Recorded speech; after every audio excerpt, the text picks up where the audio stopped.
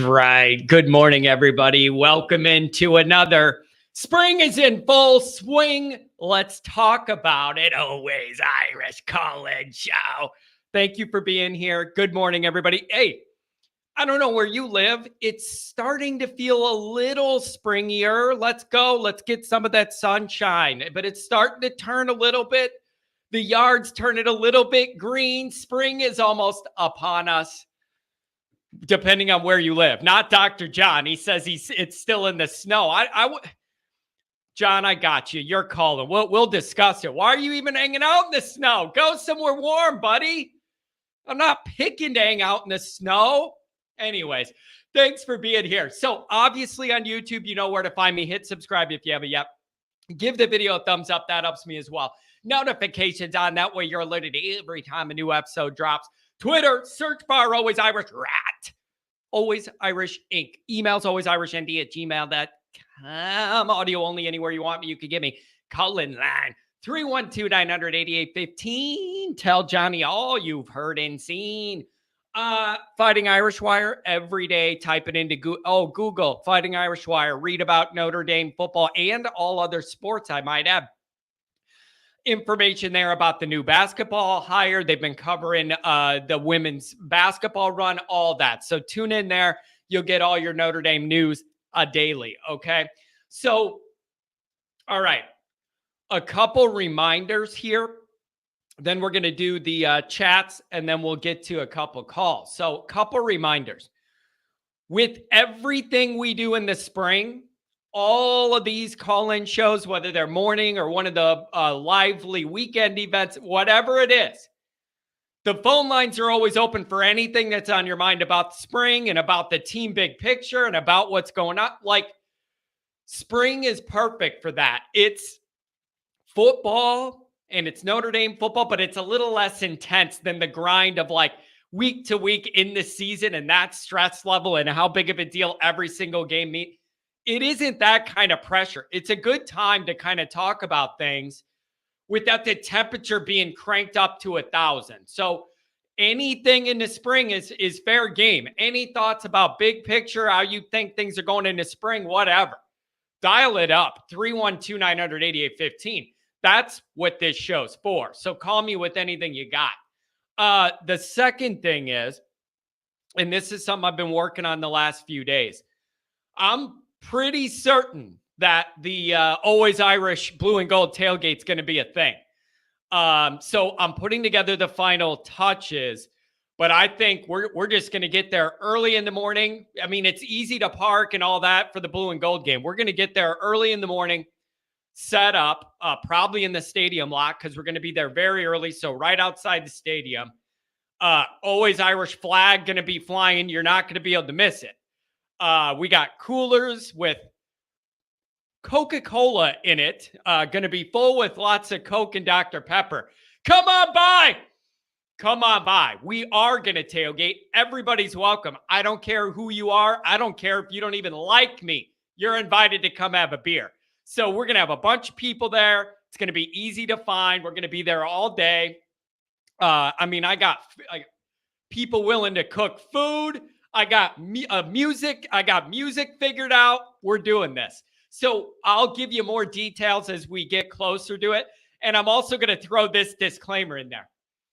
I'm planning all this. If the weather looks like it's 31 degrees and freezing sleet, you're on your own for the tailgate because I'm not going. You can call me soft or whatever. I am not 22 years old where I'm willing to sit in the freezing sleet to watch the scrimmage. So we're going to plan all this, but I'm telling you right now, if the temperature is 37 degrees, 30-mile-an-hour wind and freezing rain, I'm out. I'm out. I'm not doing it and setting all that up to be miserable. So that ain't happening. If the weather's nice, we're doing this. It's drunk. It's not going to be a Pat free zone. So Pat, I know Pat's going to be there and I know he'll have that cigar going and he's going to be drinking his Miller Lite. So I'm drunk. I'm telling you, Pat's going to be there. I know it. So don't let that scare you off. If anything, it's a good social experiment to see me and him together in public. See how that goes. So James, it's good to see you back, man. It's been a while. Good to see you back, James. I miss you. I haven't seen you in a while. Bring your casket to the tailgate. I'm hoping nothing requires that level of hyperbole in the spring game. That's what would be ideal, is that I don't need the casket for the spring game. That's what I'm going for here. Okay. Oh man. All right, let's do a couple chats here. See where we're at. Start the day. Eric says, "Good morning, John. I'm off to court in 5 minutes." Wow. I'm just glad that you're the one running it and you're not the one being defended in court. So good for you. Eric's our resident lawyer here every day. Pops in between his cases. I appreciate the heck out of it. $20 holler from him, man. He's reliable. Oh, this is a good point. This is a good point. P.S. I disagree with your USC OSU take. OSU this year is a much bigger game for ND. If ND beats OSU, that will likely mean ND's ranked in the top 3. Hartman, a legitimate Heisman candidate. So I think there's a couple different things to look at. I agree. Let's put it this way. The USC thing is it's an existential thing for Notre Dame. And my underlying thought is that no matter what the individual circumstance might be for a game in a given year, scheduling, positioning, all of that, existentially, the USC thing means everything to Notre Dame always. Like beating that, even when they're down for 10 years and Kelly was beating them, it was still meaningful because it's USC. You're putting another one in the win column. Like that existentialism that underlies what beating USC means to Notre Dame, it always rises a little bit more to me than any individual year, because I'm pulling back a little bit, looking at the big picture mosaic of Notre Dame. However, if you want to argue to me in a very specific test case being this year, that for the reason Eric said, OSU's a bigger deal almost, I'm going to listen to your argument. Because of the positioning in that schedule, I can understand it. So I'm not going to, this isn't one of those where I'm going to say you're an absolute moron. I totally understand where people are coming from when they look at this. I just don't want it to turn into like a short-sighted thing where we're just going year to year and then the biggest game is the one where it fits in the schedule. I don't want to get into that. Some things are just bigger picture existentially always. And that's what USC is to me. Here's the other thing. I don't feel comfortable with Notre Dame fans getting ahead of themselves in the following way. Like Eric says, if you beat OSU, that'll likely mean ND's ranked in the top 3 and Hartman's a Heisman candidate. For that to be true, you got to make sure you're undefeated when Ohio State comes to town. I've been thinking about this a lot. All of the attention when we get near the regular season, it's going to start being Ohio State, Ohio State, Ohio State. Well, I got news for you. If you stumble before Ohio State, you're taking a lot of the energy away from it. You're taking a lot of how big it is off of it.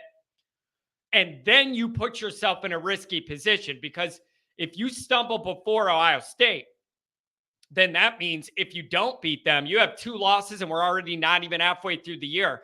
You're looking at a record like last year, worse than, and nobody's here for that. So the biggest key to navigating the big 3, you got to get there undefeated to begin with. So you got a chance to get that win and then all the top 5, top 3 stuff, Hartman, all of that. Because if you lose it, then at least it's your first loss. Notre Dame can't have a stumble. You can't go to NC State and lose by a field goal at the end in an ugly game. Like, you just can't. You can't overlook Tennessee State. Like, you can't any of that. Work out what you need to work out, get there undefeated, and make this build up what it should justifiably be. But I understand that positioning in the schedule argument. I do. I get it. I mean, I'm not sitting here telling you it's not a big game. I just think USC's bigger for what it means to us every year in perpetuity. Adam, good morning. Dr. John, he's still in the snow, man. It isn't springy where you're at. The dome's webcam tells him it's greening up. Dr. John, come to the blue and gold game. Have a cold one with your boy. Let's go. Garen, Homer TD, what's up? Bob Kelly, what's going on? John, thank you for your show. We must get the jeweled shillelagh back. Gotta have it, wanna have it, need it. I love Marcus. I love his vibe. I love his work ethic. I love all that, but you don't get to start 0-2 against USC at Notre Dame. That portends bad things. Can't have it. It just can't be. It can't be. John, I got you coming up first. It feels like summer already in Florida. Florida doesn't count. That's a cheat code. Oh, man. Connor, go Irish. Champions on the way. I hope you're right, my friend. I hope you're right. Andrew Gilmore. In my opinion, the somewhat fake quarterback competition's over. If you listen to the players, their first compliment, Hartman, Buckner second. If Buckner had any shot, he needed the locker room. I don't know. I mean, it's tough, you guys. I've always said ever since the Hartman thing came to fruition that the writing was on the wall, that it was his job. Because Notre Dame doesn't, here's what I'm starting to think with this. Notre Dame doesn't go after Hartman if he's not the starter, I don't think. I just don't think. I just think that's what it was always going to be. But you have to make it a fair competition. It's the right thing to do. So I just think it's a little tedious with all this. And the other thing is, man, I am not crapping on Tyler Buckner. Like the guy's had so much bad luck and bad timing, and he puts so much effort into everything. That being said, Hartman needs to be the starter and light it up through the air. So, I feel for Buckner. It just is what it is. It just is what it is, man. Scared of a little spring weather, Adam? It isn't spring weather when it's like sleet, which is what it's been half of the blue and gold games of my life. And a lot of them were before they were all on TV or streaming or whatever. And you really just heard what people wrote about them if you didn't go to the game. It was more important to actually get your butt there. And now I'm just telling you, I'm not having a tailgate and sitting out there in the freezing rain for this. Don't judge me. Adam, I hope it's nice out so we can hang out together. Geez, morning, Larry. Larry's in Texas, drunk Vigo. Greg Lisman, good to see you, Greg. It's been a while. Deb Thomas, good to see you. Let's see. I think it's a good take by Eric. If ND beats Ohio State, I think it almost guarantees a contract extension for Freeman due to how early it is. Coaches seem to be getting mid-season extensions. I think he got a 6-year deal. How far ahead of this we trying to get? But I'm telling you, it all lines up. It all lines up. Like, you're getting them at your place. That helps. Okay, they're with the young quarterback. You have an experienced guy. That helps. Like, it all lines up. I'm not saying you have to get this win, but it'd go a long way to showing a lot in every aspect. The team itself trending up with the personnel, Marcus Freeman getting it figured out, like a big game win. It's Ohio State. We know what that means, a Northern power. Like that battle, recruiting, it would help with recruiting. It would calm some of the Freeman worries, like all of that. So I get it. But you got to be undefeated before you get there. For any of this to feel like we want it to feel, you got to be undefeated. That's the deal. That's the way this goes. So it just kind of has to be, I'm afraid to say. Angela Rudiger, good to see you. Good to see you. Can we please, Michael Parks, can we please stop saying it is what it is? It's already played out. Good grief. What are we even talking about? Which topic are you talking about? The quarterback topic? I mean, it's going on every day. They're talking about it. People are reporting on it. It's like going on as we speak. It's not like I'm asking how the quarterback competition is going like midway through the year. I don't get it. I don't understand. What is that about? Oh, man. 12-0, baby. 12-0 would be amazing. Particularly with this schedule, it would be really hard for anybody to go, oh yeah, it's 12-0, but look, you played Michigan's schedule. Like, no, it's actually pretty nice.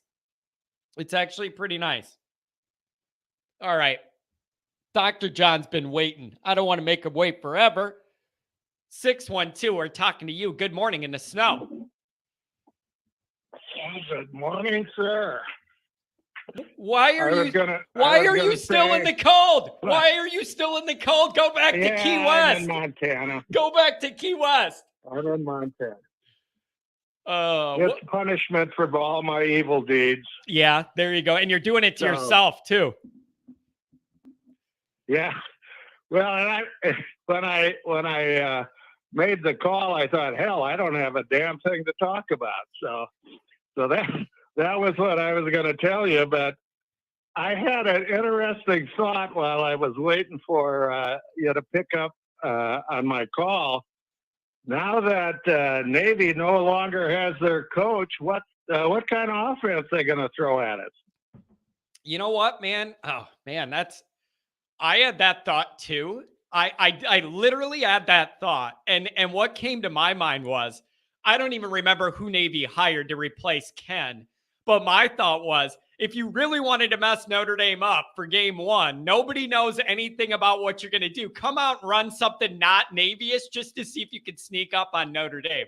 The issue is that only worked for a while, and then Notre Dame should be able to adjust with their personnel. But it did cross my mind. It'd be wild if they came out doing something not Navy-ish. It'd be interesting. Yeah, you might have to watch the game.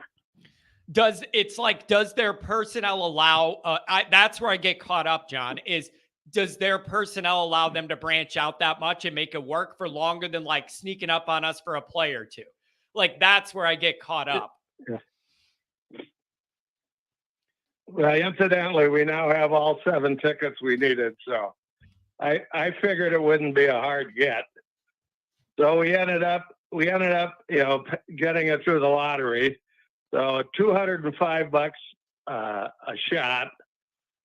My brother, who's going with us, he just texted me yesterday. He went on some site, and the cheapest ticket he could find was $890. So, wow. Yeah. I was going to say the 200 isn't bad. The 200's not bad at all. It's just, you got to go to Ireland and all the cost associated with all the travel and the lodging and everything, that goes into it.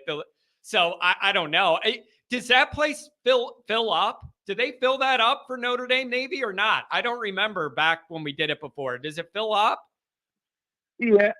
As I recall, it was full, but it's not that big a stadium. It's in the 50,000 area. So yeah, it's not like it's not. Well, I don't want to use the term BH, but that big stadium up north. Yeah. It's not that big. Good. But, thanks for not mentioning it. We're looking forward to it. Yeah, that's going to be fun, man. And you just connect with all the Notre Dame people. Like, it's just beautiful. You're there and who's your people, and everybody just has a good time. John, I got a topic for you. If you're open to it, can I ask you something? Sure. This is on my notes. I won't guarantee an answer. Oh, you'll have an answer. I think you'll have an answer. So, all right. I'm here's what I'm wondering in my own brain with this spring ball stuff. Everybody's excited about this offense. Clearly everybody's excited. And every day spring ball comes on, we see more clips and it looks more and more interesting to me and more like what I want to see. My question is, are we as Notre Dame people overindulging in what this offense might be or how exciting it looks after a week and a half of spring ball? Are we overdoing that because of a few things? One, that's just what fans do. That's just what fans do in the spring where everybody's excited. Nobody's lost anything yet, and the grass is always green. And combined with how our offenses have not been that exciting lately, so it wouldn't take much to excite us. and having more athletes out there and receivers that look good and they're young and all that. Am I overdoing it, or are we set up to have a really strong offense for real? Yes. Yes. Both. Yeah, exactly. Well, that's the thing. Last night I was thinking, I think it's both. There's real tangible things that make you say this offense is about to take off. And also, I'm asking myself, are we just happy with seeing completed passes that are spirals down the field? I just don't want to fall in some weird space on this. Well, I can only speak for myself. I always fall in some weird space. Yeah, well, I don't know. Yeah, that look who you're talking to. Went into a season. Look who you're talking to. My life is a weird space, always, football or not. Well, I've never gone into a season yet where I didn't think we were going to go undefeated. Man, that's a lot of depression you're signing up for, buddy. That's a lot of unexpected disappointment then every year. Yeah, I know. I handled it a lot better at my age than I did when I was your age. That's a good point. But I'll give you an example of what happens in the gut when you posed the question the other day about what game would you rather win, Ohio State or Southern Cal, and I don't hear that win. I hear what game would you rather lose, and that churns my stomach when I have to choose a loss, and I know, and I refuse to do it. See, that's why it's a good question, though, because I'm telling you, you can only get one in this vacuum scenario. But listen, man, I hold firm to my Notre Dame existentialism with the USC rivalry. It's very personal to me, and I respect the history. I'm open to people saying if we're undefeated, that Ohio State game sets up a lot, man. And if Hartman looks good and you find a way to win that game at home, whether they have a rookie quarterback or not, I don't care. We're off to the races and the narrative changes quickly. I'm already looking at it. We're like 5.5 months out. Well, I'll tell you what, when I was at school, I was a class of 62. If it hadn't have been for the class of 64, my class would have had the worst record of any other class in Notre Dame history. Except we beat Southern Cal all 4 years. There you go. Yeah, it's like 1 in 11, but we got salvation. That one. Yeah. I mean, it's wild, too. That was salvation. Yeah, but it is wild. The other fun thing about that, those 4 years, we lost 4 times to Northwestern. Yeah, well, what was that? Was that era? We took care of that. We hired the coach. Yeah, I was going to say, there's one way to remedy that. We're sick of going near the lake and getting beat. Bring them over by our lake.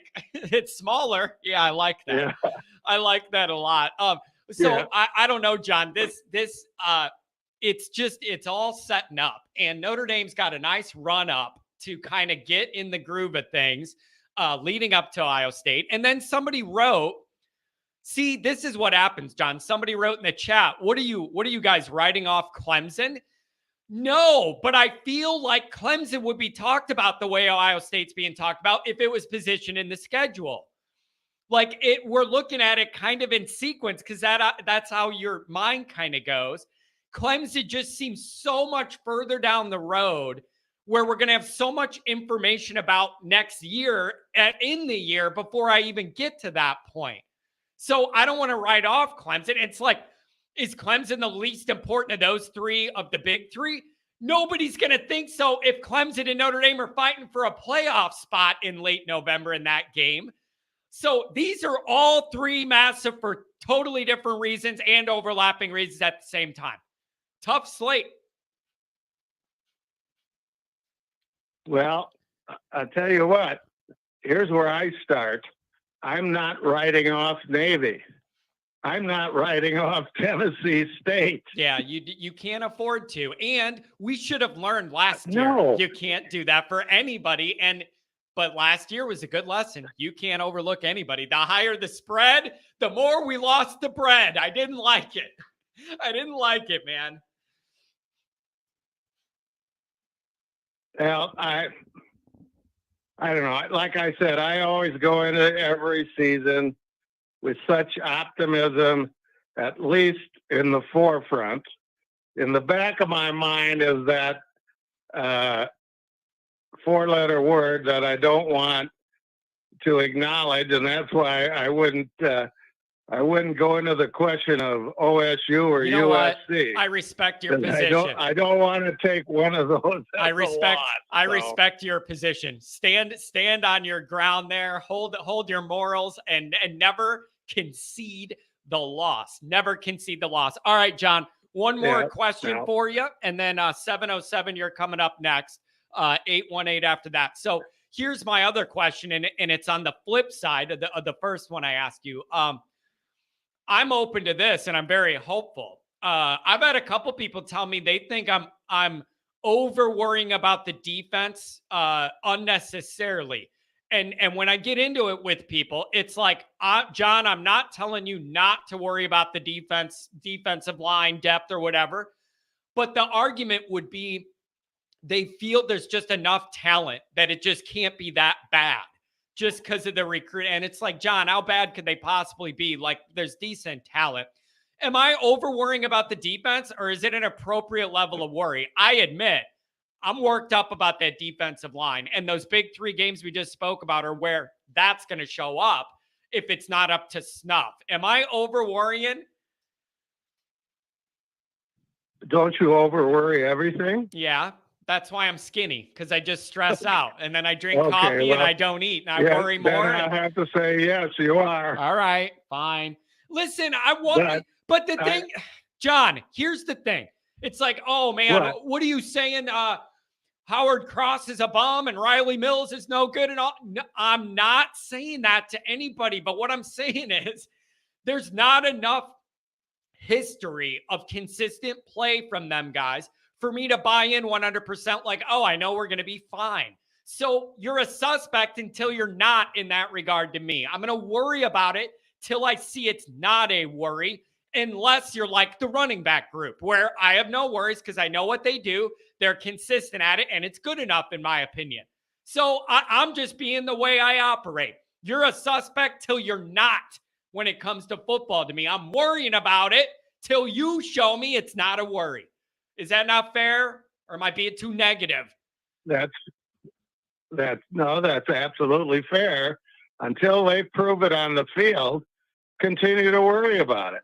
Yeah, and other people don't want to. Good for you. You don't have my blood pressure, so I'm happy for people that aren't going to worry. But it's not a shot. But what I want to be clear about is it's not me saying the guys we have are trash. It's me saying they might be good or they might not be able to hold the point of attack. We're going to find out, and I'm going to worry about it till I know. And I'm not going to know against Navy. I'm not going to know against Tennessee State. You know when I'm going to know if this is a real issue or not? Ohio State. That's when I'm going to know. Well, like I said, I'm not writing off Navy. I'm not writing off Tennessee State, et cetera, et cetera. Wait a second. You just wait a second. 5 minutes ago, you just said we're never going to lose a game, and now you're not writing off any of these teams. Which is it? So you think we're going to win, but you're just saying you got to take them serious. Is that what you mean? Absolutely. That's fair. You don't overlook anybody. Yeah, and you know what else, man? I'm from the old school. Every team is gunning for us.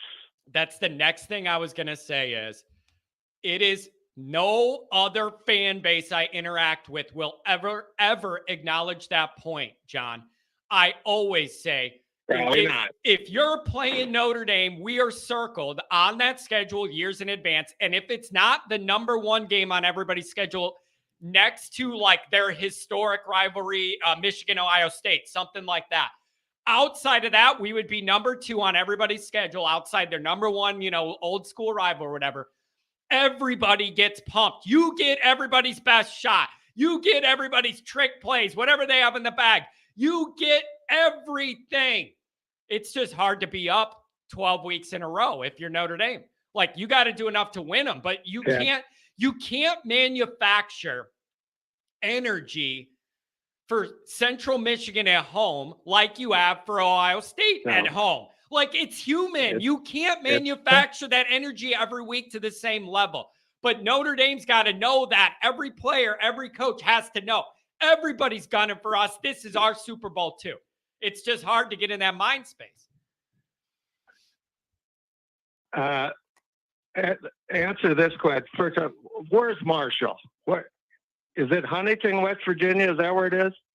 I don't know. So, I think West Virginia. Okay. I think so.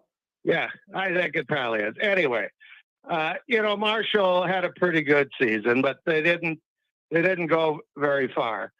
But when you're sitting around a bar in Huntington, West Virginia, and you're talking about the football team, what do you think? Well, at least we beat Notre Dame. Yeah, that was. I'm trying to block that out. I guarantee you, that's what they're talking about. Yeah, and it's just a matter. Anyway, you got to go. I got to take a daughter to a doctor for routine something or other. So, yeah, I'll check back in with the show when I get back, and all righty, John, I'll rerun it too, so I can see what John. Other I got a request. Things you said. I got a request from you. Take one of your private jets and come to the blue and gold game. Let's hang out. Come on, baby. Fly right into that little regional South Bend airport. Hang out with your boy. Let's go. Pat's going to be there. I got family coming, the whole group. Let's go. Maybe I should start a GoFundMe. You don't need that. How far do you think that'd get? I don't know. Well, I don't know. We'll have to have Eric, the lawyer that donates to me. He'll have to hook you up. Yeah. All right, bud. You have a great show. I'll check back in when I get back. All right. Have a good one, man. Stay warm out there. See you. Okay. Later. Yeah, I'm trying. Bundle up. Good. Bundle up. Oh, I cut him off. My bad. 7:07. What's going on today? Good morning. Hey, John. I didn't have California drowning in my bingo card this year. I wish I would have. Yeah, there you go. At least I'm not going to huff wildfire smoke all summer. There you go. What's on your mind, man? What do you think of spring? Well, I wanted to talk about the quarterbacks, specifically Buckner and this new guy we got coming in, Hartman. I was at the beginning of this. I was very much. I was upset for Buckner. Felt like it was his job to step into. But the more that I think about it, I'm coming to a point where I do believe Hartman is going to give us a lot better production this year. If things go like I think they're heading, and we have a great year, maybe win a playoff game, Hartman coming to Notre Dame is not going to be a boo-hoo for Buckner. It's going to be probably the greatest gift he's gotten in his life so far, because instead of stepping into a situation where there's a lot of questions, we're coming off a shaky kind of season, he might be stepping into a situation where all our pistons are firing at the right time. Yeah. He's going to step into a well-oiled machine. See, that's a really good point. And that might be what he needs. It's a good point. I guess here's where it comes down to. It comes down to that guy and his frustration level with having to wait because of injury, or because of Jack Cohn, or because of another injury. And then because of Hartman, like, it comes down to if he's willing to have that level of patience for another calendar year to be the good soldier and do whatever they need him to do, and then do that. not everybody's mentally strong enough to be able to go through all that. I don't know if I would without being all frustrated. But if he does, you present a really good point. That offense would be kind of established by Hartman. He could kind of further it along, and then it would be there. That is very appealing. Now, then you're going to end up with, though, him versus Minchie, him versus Carr. How much competition would there be if CJ Carr really is a 5-star guy and he comes in there and starts throwing the ball around? Does the job just go to Buckner because now we're on the 5th year of him? What does that look like? Kenny Minchie's not a bum. Minchie's going to want a piece of that. So that's going to be interesting next year. Sure. And but nothing's assured in this life. And part of sports is learning tough lessons and learning to overcome things and deal with things. And that's part of the experience. I think Buckner, for his age, is a smart, emotionally mature guy. I don't know him personally, but he seems to hold himself really well. Yeah. And I do think that he is going to see what I just said. I think he's going, because what is he going to step into if he goes somewhere else? Instead of having to wait a year to possibly step into a great situation where all he's got to do is perform at a confident level, and all of a sudden he's in the playoffs. He's, maybe NFL scouts are all of a sudden all over him. Or he could go somewhere else. And what is he going to have there? What's the situation going to be there? Is he going to be stepping into a complete team? Yeah, see, that's another good point. Not. That's a really good point, because if the grass isn't always greener, you could end up in a position where you're going to start right away. But where would that be that is good and has talent everywhere that doesn't already have a quarterback established? That's where you run into it. He might be able to run around but have no offensive line, and then he's getting banged around again just somewhere else. But I guess the argument for that would be, at least I'm getting banged around. I'm not holding the clipboard another year. Sure. So I think with Buckner, I think he's going to wait. My thought would be he waits through this year. Let's it play out. Going into next year, obviously, I think if, let's say, Kitty shows up and he's just balling and maybe he's not ready. He's obviously not going to overtake Hartman this year, but he's clearly looking like he is the next guy for Notre Dame. Then I could see Hartman, Buckner saying, you know what? I might not get any playing time here, and I've got to do something because I still want to go to the NFL. Yeah. Or continue my career or whatever. And you know what, though? Let's call timeout on this. This is a really, really good, important discussion. And somebody else put this in the chat as well, Pat. Here's the main takeaway from the discussion you and I are having. While these interpersonal situations are kind of tedious and uncomfortable because you want to be fair and you feel for a guy like Buckner in the situation, I want to be very clear. The whole idea that you and I are talking about this means progress. It means improvement. It means better competition. It means we're getting this more where it should be and look like in that position group. So this is a great problem to have. More for us than it is for Buckner, I'd say. Easy for me to say, it's not all my effort and then I'm not playing. But overall, this is a great sign. Great sign of what's going on in that quarterback room. Beautiful. I think it's I think the future looks really good, and I can't wait to see it. Hey, last year with USC, have you seen the clips from practice? Have you been watching that? I don't know if you're on social media or whatever. Have you seen the Twitter clips that they post from the guys that are seeing practice? Have you seen any of that footage?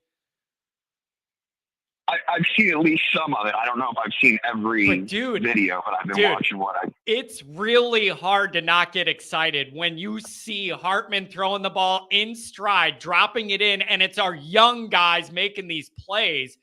It just looks real now. Like it's just such a luxury for me to say that, but it is hard not to be excited. He's dropping dimes, and it's young guys making these plays. Beautiful. We're ahead in both those spots, and last year we were so far behind you couldn't even see the front. I'm thrilled. Passing is a big part of playing football.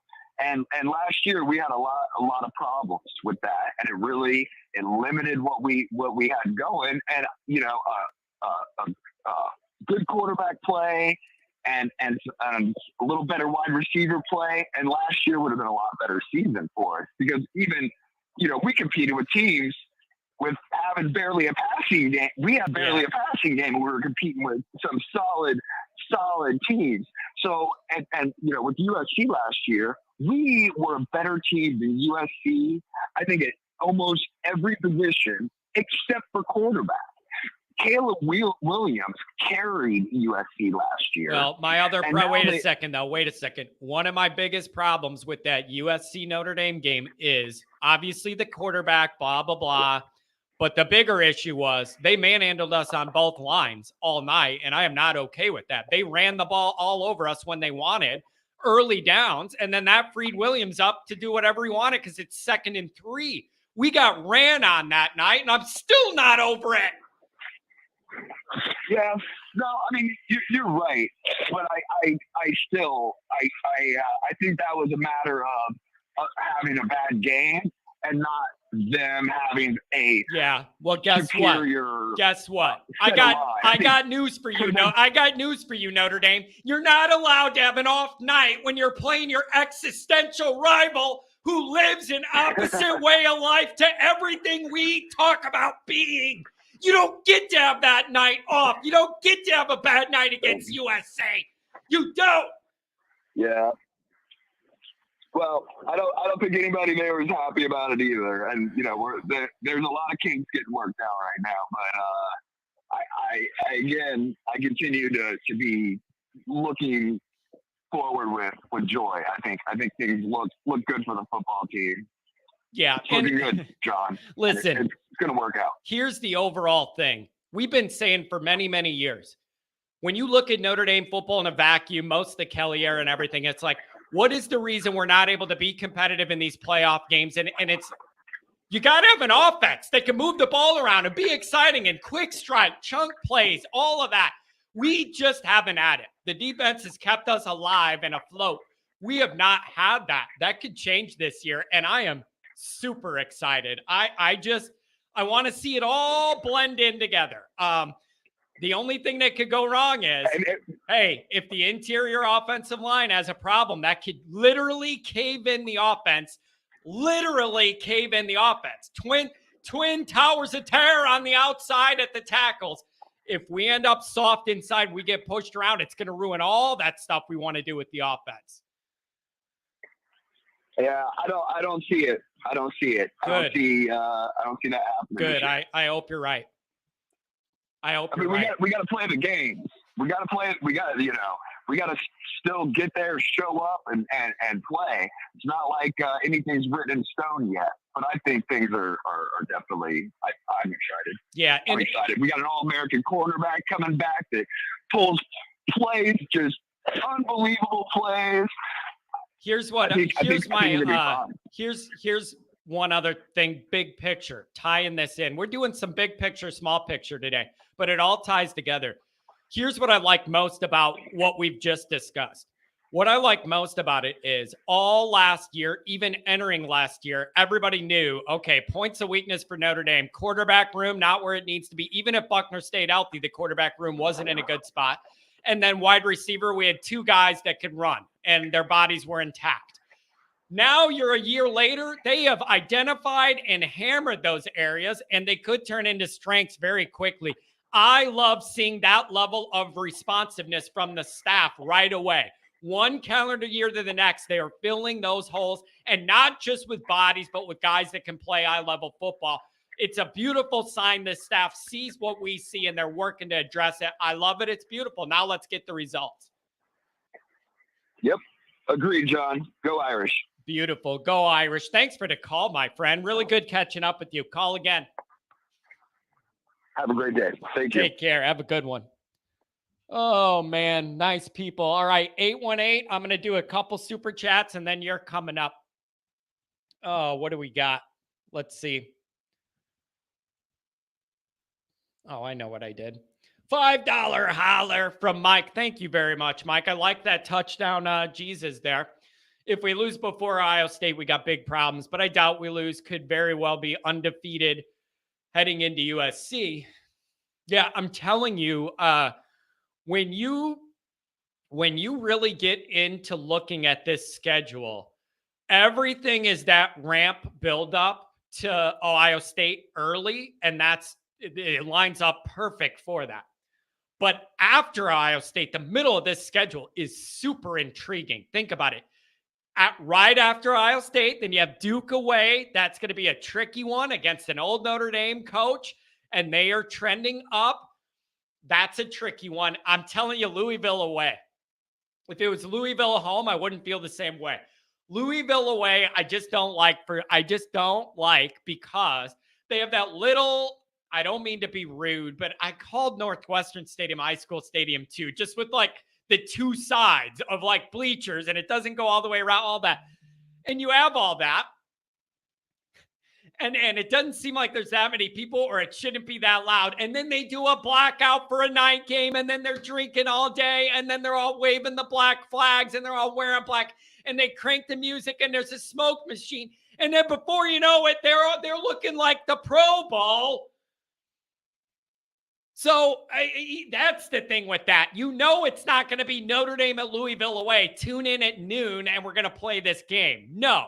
That's going to be the night game, blackout, all that. Go in there and shut that down. Shut it down. Anthony Taylor, thoughts on the new quarterback coach? Like it. I like it a lot, actually. I do. I like it a lot. And here, let me ask this. Rodney, I got you, 818. I gotta, I'm not trying to be a jerk. But Reese trying to be it. Let me ask this. Is it common or normal for the offensive coordinator to also be the quarterback coach? Or I honestly don't know what that looks like in every other big program. Is somebody put in the chat? Is it normal that your OC is also your quarterback coach? Because to me, that kind of makes sense, obviously, because the quarterback's the most important part of the offense. But I also wonder if you need a guy who's always worried about the quarterbacks, and that's all they're doing is quarterback, and you have big picture over here, quarterback here. And all they're worried about is that quarterbacks and then tying it together. So, all right, Pat's saying it's very common. Then let me go down this path. Okay, that's very common, so that's not abnormal at all. If I got that answer, fine. Then I'll just ask, what's the breakdown of him just doing quarterback stuff versus big picture, the offense altogether then? Like, I'm just trying to figure out if we're going to end up ahead having a dedicated quarterback guy that's all he's doing is worrying about them. Now, I'm worrying about all the other pieces, but just those guys. And then getting information from Parker on what they want to do and then making that work and look right. So I don't know. What are you guys talking about in the chat? Come on. Don't do anything that's going to get my channel in trouble. All right. Here we go. 818. Make it great. Good morning. Hey, hey, what's up, John? How are you? What's going on, man? Good morning to you. Yeah, good morning, man. I was confused because it didn't say call in chat. It just said spring football update, spring in full swing. So I didn't know there was actually a chat. I was like, okay, I'll just watch it. And so I got in about 20 minutes late. But good stuff, man. Good stuff. I'm listening to what you guys are saying. I want to go back to the Ohio State thing because, you know, I've been harping on this a lot in the offseason. Yeah. I am almost shocked that I am not seeing. Now, maybe I'm not always on the live chat. Sometimes I'll look through them and whatever. So maybe there's some people backing me up on this. But is no one talking about the lifelong drudging we take into Ohio State as being a reason for this? I mean, that's what I don't understand. I don't get this. Everybody's cool. No one has a problem with right now in the northern powerhouses of teams, that being Notre Dame, Ohio State, Michigan, that we're number 3 right now. Michigan had that moniker for a while because Ohio State's always kind of been that number 1 team for the past, I'd say, 15 years at least. There's been a couple seasons where we had, I don't know, I feel through them all, but man, even the national title year, when we lost against Alabama, they put Ohio State above us in the final rankings. I remember that distinctly. So it's just, I don't understand why no one's talking about that. Double-digit losses every time we played Ohio State in my lifetime. So for all the 45 and olders, what the hell? I mean, and I understand Dr. John's comment about Navy. I get that. You don't want to overlook anybody. And we've lost 2 games in my lifetime. Is it the regularity? Like, do you think that's why? Maybe it's because USC is in every year thing. So that's always going to be fresh to everybody always, where Ohio State, like maybe here's the other thing, man. Maybe a lot of those people are in that age window where they didn't even remember the John Cooper beating in 96 at our place or something. Maybe that doesn't, maybe that. Remember that. I mean, I don't know how you can't remember that. They remember the 85 whooping Jerry Faust took to Jimmy Johnson. But I don't think a 25-year-old, I don't think a lot of people know that. Like, I barely remember that at 30. What am I, 38? And I barely remember that John Cooper beating. Well, again, that's why I say the 45 plus crowd. You don't forget those things. That's why I think that's why John called in and said, I refuse to engage in your mental exercise. Win every game. I refused it. I refused to even go down the path of saying we're going to lose one. I respect his dedication to that. Let me throw this question to a different way, though. Let's say replace Ohio State, everything that's happened, replace everything that's happened with Ohio State, and put Michigan's uniform on them. What game do you want more now? Ohio State or Michigan or USC? Pretending the same thing happened last year in Michigan, pretending that we played them 5 times in the past and they beat us by double digits. I hate this question. I absolutely hate this question because damn you, I hate this question because you knew damn well what you were doing by inserting Michigan into this. You knew it. You know what you're doing, trying to get me going. It's just so personal with them. It's just so personal with them. You know you would take the win over Michigan. Now you know you would because you're like, well, yeah, okay. Again, if all things were equal, like let's say we had beaten Michigan as many times as they beat us, we beat Michigan as many times as we beat USC, and everything was equal. Yeah, I'm probably taking USC. I'll give you that. But I'm saying they're not. They're not equal. We haven't done that in years, and I got a few Ohio State fans. I'm gonna give them credit because I agree with you, man. The Michigan fan base. I don't know what it is about it. I also wonder, is it just because that's us as Notre Dame fans comparing ourselves to a northern school that's very similar to us? Is that because we sort of took their moniker, we even patterned their stadium after theirs, for God's sake? Is it that, or is it? Are their fans really that bad? Well, I think that there is a lot. I don't know. I've noticed it myself, man. There's a chip on their shoulder about us for some reason. There just seems to be. Yeah. With Ohio State, it's different. I got a few friends of mine who are Ohio State fans, and I must say, they're very, very. They show very good sportsmanship. Let's put it that way towards Notre Dame fans. They always have. The ones that I know. I can only speak for the ones I know. Yeah. And then you throw Kent in there, and you throw that guy we had on the show last year who was their beat writer. I was going to bring him up. That guy couldn't have been nicer. Like, there was no, vitriol or sarcasm or really crap talk. We had a great conversation. I hope that guy wants to do it again. I'll go on his show from the Ohio State end this year. I owe him that. Yeah, man. Listen. So I think maybe that has something to do with it too, John, is that that the fan base tends to be a little, I guess, kinder to us. Yeah, that could be. That also kind of sits under my skin too. I'm tired of that too. I want them to have to maybe that's why. Is there's no fear of us beating them.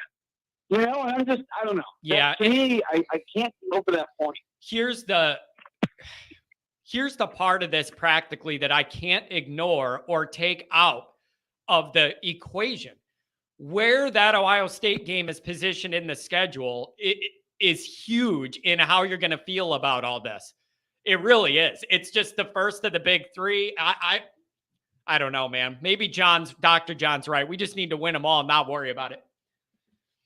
Well, the thing is, too, is while that does propel you, it also is the first of the three, meaning, the last two in a way are more important, because if you lose that game by a field goal and then you beat Clemson, USC handily, you're probably in, and then win out, and you're probably in the playoffs. You know what I'm saying? If you barely lose to Ohio State, but you beat the hell out of Clemson, USC, and win everything else, you're probably in the playoffs.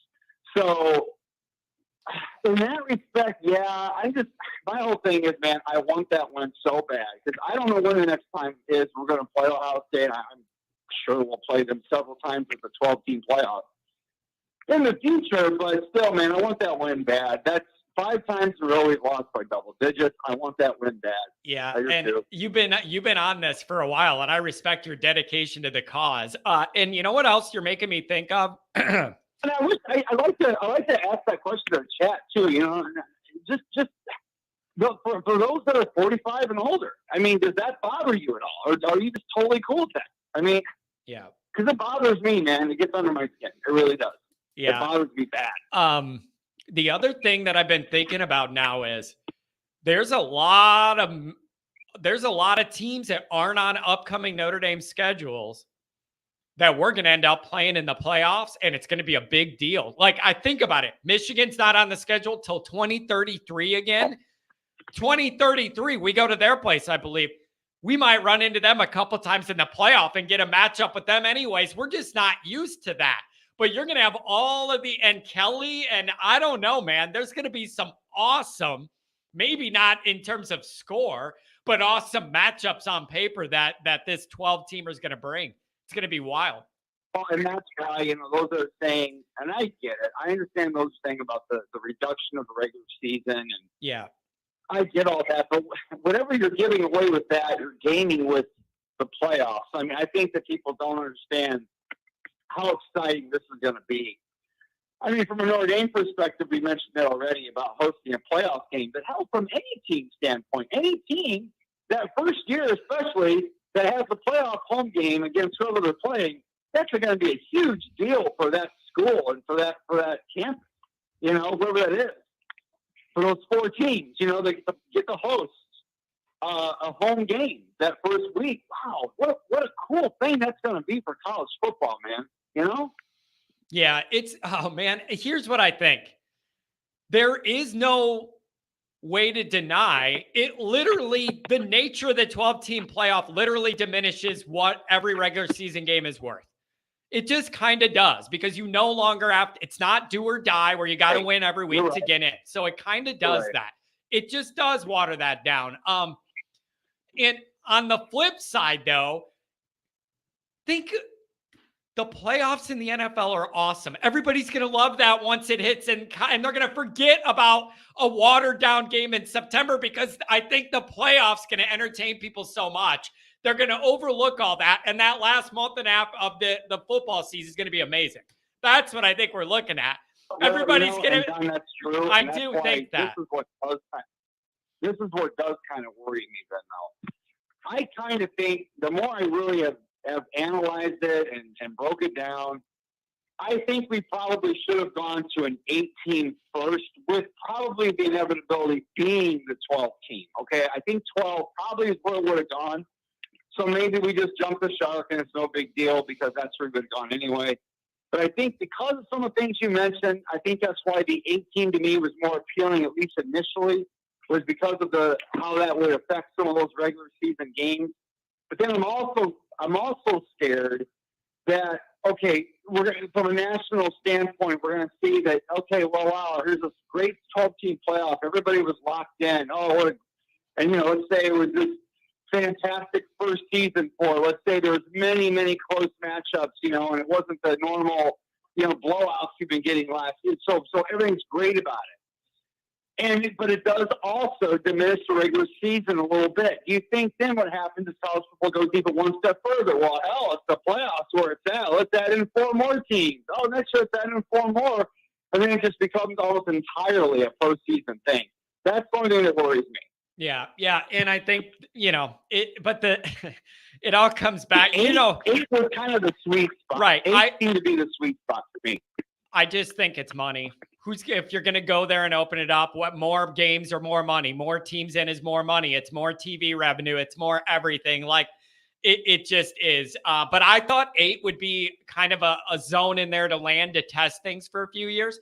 I'm not really surprised it's 12 though, because of the money. It just all comes down to that. When some done, I saw Joe Klatt when he introduced the 12 team, he sold me on it. Like I was all about 8. I did not agree 12 or 16 was the way to go. And he kind of sold me on 12. So what I'm saying is, I still think 8 would have probably been the good first step, but that we would have probably, like he said, eventually got to 12 anyway. Yeah. Let's see how this works out. I mean, this could be a lot of fun. It's going to be very, very interesting. I mean, I know this isn't this year. We're talking 2 years down the line.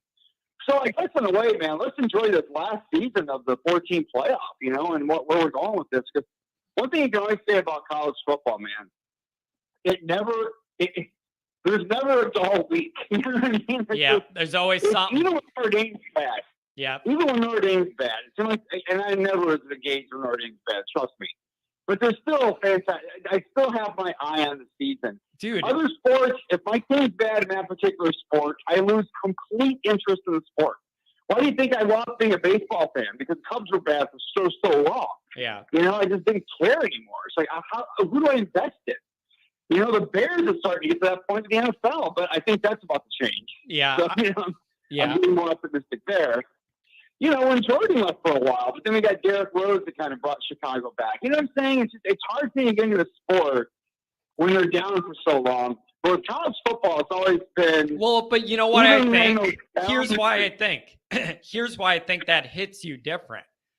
Baseball is 162 games. Each one doesn't have that intensity and build up and feel like it's a huge deal because there's 162 of them and it's like a lazy summer 1 p.m. start. Football is just a big deal. You only get 12 of these and each day is like Irish Christmas. Even if we're bad, I love football. It's a special thing. And now we're going to get a lot more. If we love football. 12, but it goes so quick, man. Quick. Oh, it does. Flies by. It does fly. But now here's what I do want to say about the playoff. And this is going to happen. There are going to be some brutal blowouts too. So you are going to have to sit through some of that. You're going to have that. Even in a 4-team playoff, we have blowouts all the time. So if you got a top team playing a 10 or 11, you're going to have those blowouts. But somewhere along the line, somebody's going to get beat by somebody they shouldn't. And then everybody's going to go, that's why this is a good move, to give that team an opportunity to do it. If you do it long enough, it's going to happen. Well, and here's the other thing about it, man. And again, it's really interesting. We're going to see. There are things right now, John, I guarantee we're not thinking about as a collective of how things are going to be affected. It's like anything else. When something major changes, you think about the first couple things that may happen with it. Yeah.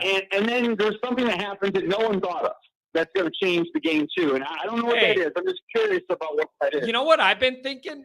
What? Tell me if I'm wrong on this. Looking at the schedule and the 12-teamer and where they're thinking these games would land, like in the calendar, you're looking at Christmas break. Are we really going to have a home playoff game and all the students are nowhere to be found because they're all at home for Christmas? That's in the mix. Yeah. Think about it. You're going to be on break, and most of those kids don't live local. So that is going to be there's just a lot that's changing here, man. But we're going to get basically an extra month of the season, if not more. This is beautiful. It's football. Well, I will say though, man, football. At the same time, though, for the student athlete, that's fantastic because now you don't have to worry about studying during that time. That's one of the maddening things about the Notre Dame. Just the Notre Dame standard is that with the classes already being harder and then the grind week to week and then every team wanting to give you their best, it puts an incredible amount of pressure on Notre Dame to always be at that same level. And let's be honest, man, sometimes they don't rise up to it because probably, let's face it, no college kid can. I don't care what team they're playing for. Yeah. They're done for every week. Yeah, so that's, but if Notre Dame's just get to the playoffs, which is a much easier trek, let's be honest, just get to the playoffs. Now you're on break during all that. You know what I'm saying? That's why I'm thinking if there's any team that's going to benefit, it's going to feel like, it's like what Lou Holtz used to do. He used to make practices so hard, the games felt easier. Well, Notre Dame's situation day to day is so much hard. Is it going to be an easier transition for them once the playoffs come around? Think about that now. That's something I don't think anybody's talking about. Yeah, that's a good point as well. Very rigorous academic standards. The schools that push the academics the most, the Dukes. If Duke gets in some year in the top, that can happen. Duke's been in the top 12 before. Or Wake Forest, or any of these like really tough academic institutions. Are they going to have the kind of an advantage now because they're so used to being so driven academically that now they can free up? I don't know. It's something to think about. Yeah, that is. And it's a Notre Dame consideration a lot of football factories don't have, because what are books? I'll tell you one thing, man. If we end up number 13 in the country of next year, that's going to be so depressing. You know what, though? Wait, though. Wait, I've thought this through. I have a lot more compassion for a team that fights hard and ends up number 5 in a 4-teamer or number 3 in the BCS. I have way more compassion for those operations than I'm ever going to be able to have for a 13. A 13-ranked team, that means you've lost. I just mean, 13. No, absolutely. What I just mean, it's just going to be depressing for Notre Dame fans to know that we were part of the first playoff, the first 12-team playoff. Yeah, yeah, that's a good point. It's about compassion. It's just about misery. But it's just like, I think 10-2 Notre Dame should be in the 12-teamer almost every year. How does 10-2 Notre Dame not fall in the top 12? And that's with 2 losses. Am I wrong on that? Yeah, because I think the only team that would, well, not the only maybe, but the Ian Book 2019 team, I don't know that they reached the top 12 by the season then, because of the loss to Michigan really threw them down. So they may have missed out, but you're right. In almost any other situation, you get in if you're 10-2. Yeah, and so it's going to be exciting, and you need rolls of the dice, man. You got to be in it to win it, and I expect Notre Dame they should be in it almost every single year, but there's a lot of programs that are going to say that. Michigan's going to think that the way they're going, they should be in every year. USC thinks they should. Kelly's going to think he should. Ohio State's going to think they are. Alabama, Georgia, Clemson. Now that's like 90 or 12 teams right there that think they're going to be there every single year the way things are going now. Look, I just filled that roster up with teams we think would be top 12-ish right there. Here's another thing, though. Here's another way. I mean, God, all these things that like this that are going to change the way we, again, think about college football, the way teams prepare. Okay, so we're saying it's going to take away some of the top-level interest in those regular season huge rivalry matchups, like in week, the last game before the conference championships, like the Ohio State Michigan game, like Alabama Auburn, like Oklahoma Texas. I guess that one happens earlier, but you know what I'm saying. However, it's also going to bring a lot of interest to those teams that are, maybe on the brink of getting into the playoffs at a 13 or 14, that are playing a team that should be a no-brainer to get in. And so for those teams and for those for that possibility to be part of that 12, you're not going to be able to overlook teams like that. Yeah. Unless you don't really care about being, and that's the other thing, the top 4 does give you a bye, which, I don't know how important that actually is. I suppose it is, man. I suppose it is. I mean, I guess, you can't lose a game you don't play, right? I mean, if you just look at it that way, like your risk of losing is 0 that week, and you're advancing. That's a good spot. Exactly it's right. a good spot to be. Right. It's a good spot to be. Yeah. Well, I guess I'm looking at it more from the game after. Does it help as much from a preparation standpoint? I guess it does. But you can't prepare really until the 2 teams play before you anyway. Yeah. But you're right. From an injury standpoint, from just moving on standpoint, for sure it's better to be in the top Yeah. So it's But, going to be interesting though. It's going to be really, really interesting. And it feels like it snuck up on us. The new playoff format felt like it was further away than it is. It's going to be next year. That is wild, man. So I don't know. well, I think a lot of that has to do with the way we look at college football seasons. It goes into the new year, so it's kind of weird. It's sort of like, in a way, like college basketball, or I mean, like pro basketball in that respect. Like, okay, was that the 2000 whatever year? Was that 2001 year? I get that confused because like they kind of go through both. And with football, because of the recruiting seasons, and is this a 2023 kid or a 2024 kid? I mean, I think sometimes it just gets like, okay, what year was that? Yeah. You know what I mean? Yeah. So, but yeah, it's right there, man. I was even, I mean, when they announced it, I knew that that what they were going to have serious talks. And this was when they, after the first initial sort of wave of that hype went, and then it was like, okay, everybody get together to have these serious talks. I knew they were going to try and get it out as quick as possible and forego the 4 or 5 years they have left on this contract. Well, so yeah, now money. Man, It's going to be really interesting. So I just hope Notre Dame's a part of it. Thanks for giving me a call, man. Hey, John, one last real quick point I want to say about the UFC, Caleb Williams, that horrible day that we had. Yeah. I think the biggest reason why they pushed us around on the line was because we had that doesn't explain the other side of the ball.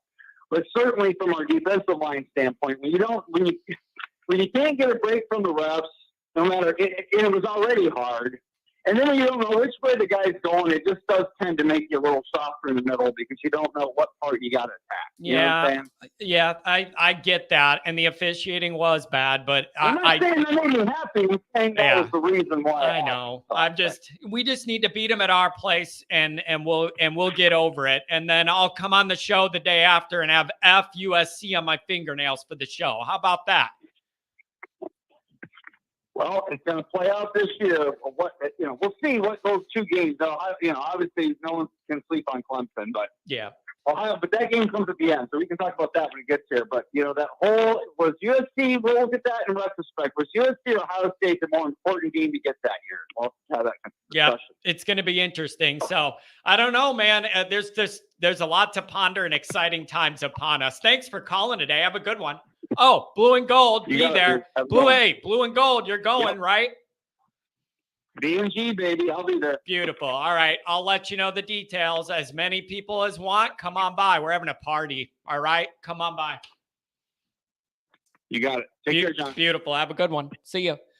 I'll repeat it again. If you're going to the blue and gold game, holler at your boy. More information coming, but we're going to be there. Every single person's welcome. Even Cousin Luke or whoever it is, Cousin Luke, Uncle Luke, whoever it is, come on by. Even the trolls, come on by and have a beer. I'll never even know who you are if I don't know your face. So you could get away with it. You could be the biggest troll in the world to me and show up and be like, hi, John, what's up? I'll never know. Come have a beer. It doesn't matter to me. All right, folks. Hate to do it. I got to go. I got somewhere to be at 10:30, and I'm already running a little late to get there. But wanted to do this. Good talking to people. Pat's talking about a wiffle ball game. I got Notre Dame bags I'm bringing. What is it? Some Notre Dame game where you throw these sauce. What is it? I don't know what it is. I don't know what it is. You throw them into a tube, saucer, whatever. I don't know what it is, but it has Notre Dame on it, and I'm bringing it. It's going to be fun. We're having a party, okay? Having a party. Hey, the best thing I purchased in the last 10 years, I think, should be here today or tomorrow, or at least one of the more fun ones. Full portable Bluetooth wireless music system. I'm not talking like a little square that plays your music on the beach. I'm talking a 30-pound mobile speaker that doesn't need to be plugged in with bass and all the capabilities to have the kind of party I want to have in a tailgate. So we're doing it, all right? Now you watch, right? When I have all this planned, the weather's going to be terrible and then I'm not doing it. Yeah, that's how it goes when I get excited about something.